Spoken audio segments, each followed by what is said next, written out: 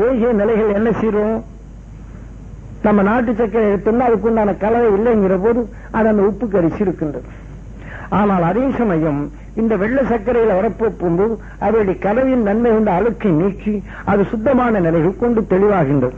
இதை போன்றுதான் நாம் பல உடலின் தன்மை கொண்டு நாம் எடுத்துக்கொண்டது தன்னை தற்காத்துக் கொள்ளக்கூடிய உணர்வு ஒவ்வொரு சரீரத்திலும் சேர்த்து சேர்த்து நாம் உடலின் தன்மை மாறி மாறி இன்னைக்கு மனிதனுடைய உடலை பெற்று நாம் உடலில் இருந்து வரக்கூடிய வாசனைத்தான் இந்த ஆறாவது மனம். நான் மாடு என்ன செய்யுது? ஆடு மாடு கண்ணால பார்க்குது, காதால கேட்குது, உடலால வேதனை அறியுது, மூக்கால வாசனை அறியுது, வாயால சுவை அறியுது. நாமளும் அதைத்தான் அறிகின்றோம். ஆக இந்த பரிணாம வளர்ச்சியுடைய தன்மை நாம் இருந்தாலும் நாம் மனிதனுக்கு இந்த அங்கமும் இந்த உணர்வின் தன்மை எல்லாவற்றையும் வெல்லக்கூடிய சக்தி நம் உணர்வுக்குள் விளைந்திருக்கின்றது. இப்ப சாதாரண ஒரு அணுவின் தன்மை ஒரு குணத்துக்குள் ஒவ்வொரு இன்னைக்கு குருவிகள் எத்தனையோ தந்திரங்கள் பேசுது.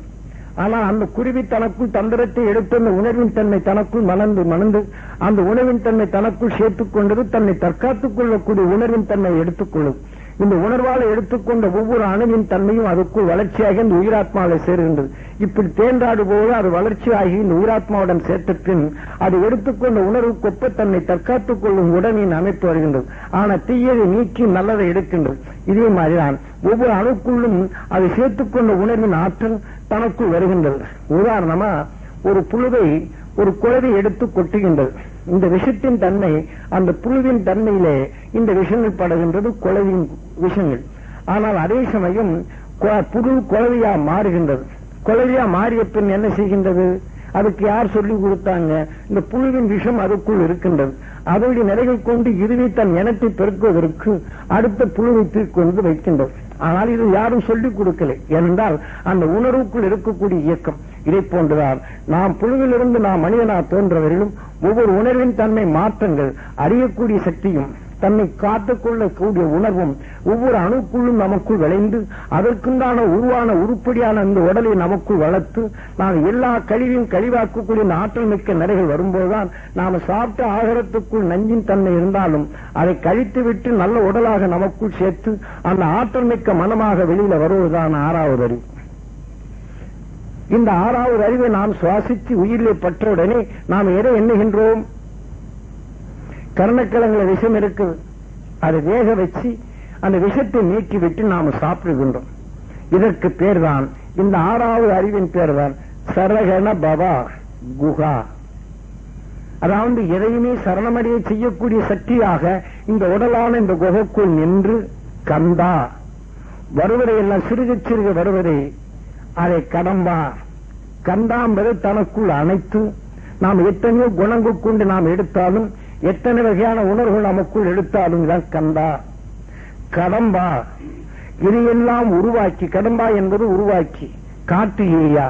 ஆக எத்தகைய தீய நிலைகள் வந்தாலும் இந்த உடலை எப்படி விஷத்தை மலமா மாற்றிவிட்டு உடலை நல்லதாக்கிச்சோ இதே போல என்ன கடம்பா காட்டு ஏயா அறிந்து செயல்படும் ஆற்றல் மிக்க நிலையை இந்த ஆறாவது அறிவு தன்னுக்குள் எனக்குள் ஒன்று என்ற தன்னிலையை அது பாடச் செய்வதானது. இதை நாம் யார் அறிகின்றோம்? இதான ஆதிசங்கிறார் ஐங்கிரி நந்தினி நந்திர நீதினி விஸ்வ வினோதினி. நாம் எடுத்துக்கொண்ட ஒவ்வொரு உணர்வின் தன்மையும் ஒவ்வொரு உணர்வின் ஆற்றல் மிக்க சக்திகள் நமக்குள் எப்படி வேலை செய்கின்றன என்ற அந்த தத்துவத்தை என்று காட்டினார். ஆகையினாலே இதை போல நாம் அந்த ஆறாவது அறிவின் தன்மை நாம் கொண்டோம். அதான் வள்ளி தெய்வ ஆணை. இப்ப முருகனுக்கு வள்ளி தெய்வ ஆணை ரெண்டு மனைவி என்று இப்ப அவர் சொல்வார்கள். இப்போ அயங்கிரி நந்தி இப்போ சாதாரணமா இந்த ஆறாவது அறிவு சரகண பவா குஹா கந்தா கடம்பா கார்த்திகேயா அப்போ முருகா. இப்ப நாம கர்ணக்கிழங்க நாம் எப்படி வேக வைத்து அதனுடைய விஷத்தை நீக்கிவிட்டு நாம சாப்பிடும் போது மகிழ்ச்சியா இருக்கின்றோமோ அதே போல சக்தி வேல் நாம் கூர்மையான எண்ணம், ஞானவேல் கர்ணக்கிழங்கில் இருக்கக்கூடிய விஷத்தை நீக்கிய நிலை. ஆனா அதே சமயம்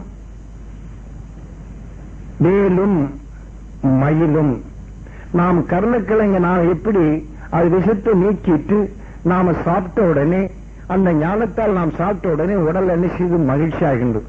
மயில் என்ன செய்து எப்பவுமே தோகை எடுத்து மயில் ஆனந்தமாக ஆடுகின்றது. ஆனால் மயிலின் காலடியிலே என்ன இருக்கின்றது? பாம்பு. இப்ப நாம கருணக்கிழங்கு வேக வைக்கும் போது விஷம் எல்லாம் நீங்கினா அதுல கொஞ்சம் தான் விஷம்.